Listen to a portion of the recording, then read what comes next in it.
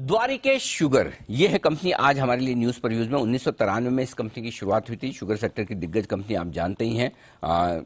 Sugar बनाने का plant है, डिस्टिलरी प्लांट है और उत्तर प्रदेश में बिजनौर में 2 और बरेली में 1 शुगर प्लांट है द्वारिकेश के पास। आइए हमारे साथ कार्यक्रम में शामिल हो रहे हैं कंपनी के मैनेजिंग डायरेक्टर विजय बंका साहब, जो 2007 से कंपनी में जुड़े हैं, 2009 से कंपनी के बोर्ड में डायरेक्टर हैं, अभी एमडी हैं, पेशे से चार्टर्ड अकाउंटेंट हैं। तो जाहिर सी बात है फाइनेंस और स्ट्रेटेजिक प्लानिंग में 30 साल से ज्यादा का गहरा अनुभव बंका साहब का है। धन्यवाद सर समय देने के लिए और हमारे साथ जुड़ने के लिए। धन्यवाद। 30 साल का आपका अनुभव है, तो आप कौन से बैच में सीए हुए हैं सर? मैं 1981 में 1981 में। हमारे से तो बड़े से हैं। हाँ, मैं तो 93 का मॉडल हूँ। तो 90 81 आप हमारे बड़े सीनियर्स हैं। बिल्कुल हमारे पुराने मॉडल है। नहीं, एक्सपीरियंस्ड अनुभवी। बिल्कुल सर, तो बहुत बहुत स्वागत है आपका। धन्यवाद सर, आप ही का सेक्टर छाया है इस वक्त पूरे देश में। मतलब कभी कभी तो हमें ऐसा लगता है कि जिस तरह की डिमांड इथेनॉल की, अभी हम काफी कुछ रिसर्च भी कर रहे थे, काफी कवर भी किया है, ऐसा लगता है कि एक ही बिजनेस करना चाहिए इस वक्त देश में, वो इथेनॉल बनाने का। तो इथेनॉल की इतनी जबरदस्त डिमांड है, इसके बारे में जरा बताइए।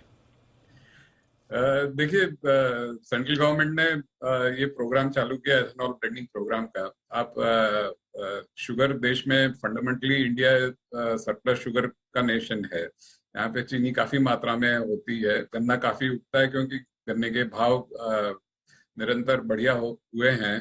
तो चीनी गन्ना जब काफी उगता है तो चीनी की मात्रा भी काफी रहती है। तो इसको एड्रेस करने के लिए सरकार ने 2 नीतियां बनाई थी। एक तो एक्सपोर्ट को बढ़ावा देना है और दूसरा एथेनॉल ब्लेंडिंग प्रोग्राम।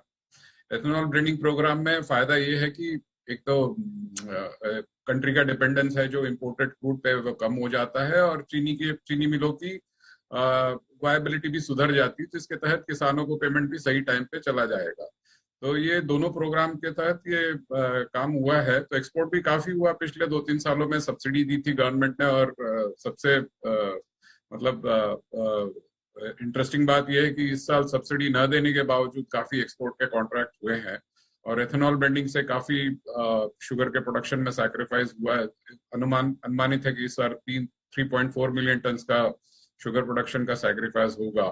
तो ये अच्छी बात है। तो देश का जो चीनी की जो बैलेंस शीट हम कहते हैं कि भाई कितना ओपनिंग स्टॉक है, कितना प्रोडक्शन है, कितना एक्सपोर्ट है, कितना सेल्स है, मतलब डोमेस्टिक कंजम्पशन है और क्लोजिंग स्टॉक कितना है, तो वो बैलेंस शीट अच्छी नजर आ रही है। बैलेंस शीट मजबूत है, डिमांड स्ट्रांग है। और जो गडकरी साहब ने बयान दिया था कि वो कैपेसिटी यहां से 10 गुना चाहिए इथेनॉल की, राइट, 400 से 4000। तो मतलब अगर आपको लगता है कि इसमें बहुत बड़े मौके हैं और अगर वाकई में इतनी डिमांड है तो कैपेसिटी बढ़ाने में कितना समय लगेगा? आपके क्या कुछ बड़े कैपेक्स प्लान है इथेनॉल को लेकर? एक काफी महत्वाकांक्षी फिगर बताया गडकरी साहब ने। तो इस समय जैसे 400 करोड़ लीटर का डिमांड कॉन्ट्रैक्ट्स वगैरह किए हैं ऑयल मार्केटिंग कंपनी ने। हाँ, इसको 2025 तक 1000 करोड़ लीटर का अनुमान है कि हो सकता है। चीनी मिलें भी काफी उत्साह से अपनी कैपेसिटी को बढ़ा रही हैं और ऑयल मार्केटिंग कंपनी भी काफी उत्साह से इथेनॉल की लिफ्टिंग कर रही है। तो ये अच्छा है। तो हमने भी हमारी पहले एक इकाई थी डिस्टिलरी की जो 162.5 किलो लीटर प्रतिदिन की क्षमता रखती है। तो हम और एक प्लांट डाल रहे हैं जो कि 175 किलो लीटर प्रतिदिन की कैपेसिटी की है, जो हमारा जून में प्लांट कमीशन हो जाएगा। तो इन दोनों के चलते हम 11 करोड़ लीटर एथेनॉल हम दे पाएंगे हमारी तरफ से। प्लानिंग कर लो जिस हिसाब से गडकरी साहब कह रहे हैं। मुझे लगता है कि अच्छा, डेट फ्री तो आप है ही हैं, जबरदस्त कैश फ्लो है, शुगर के भाव अंतर्राष्ट्रीय बाजारों में जबरदस्त है। मुझे ये बताइए बंकर साहब, पिछले 20-30 सालों से आप इंडस्ट्री में हैं ही, ऐसा गोल्डन पीरियड कब आया था? पहले कभी आया था?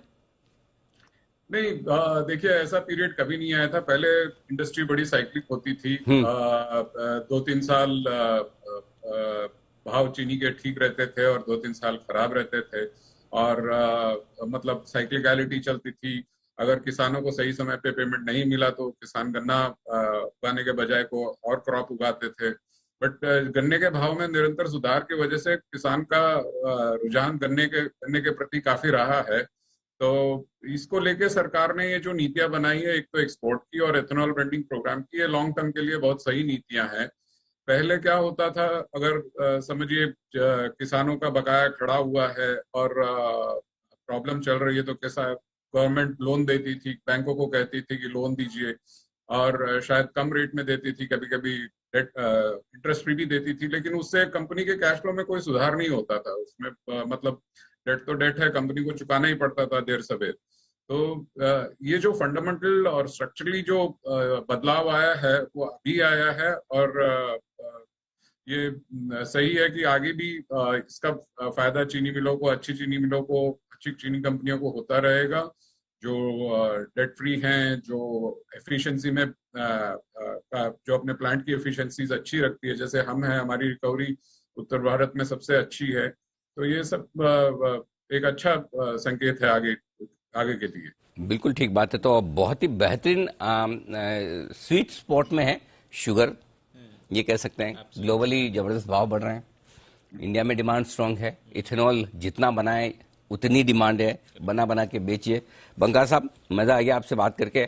जो स्ट्रांग आउटलुक आपने बताया, आई एम श्योर इस क्वार्टर के और आने वाला पूरा नया फाइनेंशियल ईयर आपके लिए दमदार नतीजों वाला रहेगा।